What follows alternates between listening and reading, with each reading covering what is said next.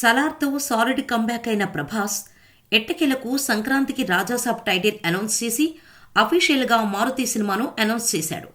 ఈ సినిమాలో వింటేజ్ డార్లింగ్ను చూపించబోతున్నాడు మారుతి. రాజాసాబ్ ఫస్ట్ లుక్కు అదిరిపోయే రెస్పాన్స్ వచ్చింది. అయితే ఈ సినిమా రిలీజ్ ఎప్పుడు అనేది ఆసక్తికరంగా మారింది. లాస్ట్ ఇయర్ ఆదిపురుష్, సలార్ సినిమాలతో అలరించిన ప్రభాస్ ఈ ఏడాది కూడా 2 సినిమాలతో ఆడియన్స్ ముందుకు రాబోతున్నాడు.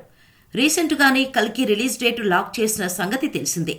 మే 9న పాన్ వరల్డ్ టార్గెట్గా కల్కి 2898 ఏడీ రిలీజ్ కానుంది. మరి రాజాసాబ్ ఎప్పుడు థియేటర్లోకి వస్తాడు అంటే ఈ ఇయర్ ఎండింగ్లో వచ్చే ఛాన్స్ ఉందంటున్నారు.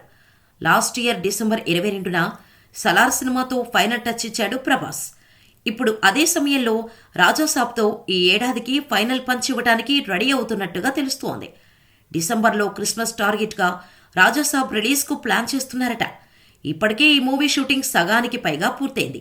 ఈ మూవీలో ప్రభాస్ సరసన మాళవిక మోహన్తో పాటు మరో 2 హీరోయిన్లు నటిస్తున్నారు. పీపుల్ మీడియా ఫ్యాక్టరీ వారు నిర్మిస్తున్న ఈ సినిమా పక్కా మారుతి మార్క్తో అవుట్ అండ్ అవుట్ కామెడీ ఎంటర్టైనర్గా రాబోతోంది.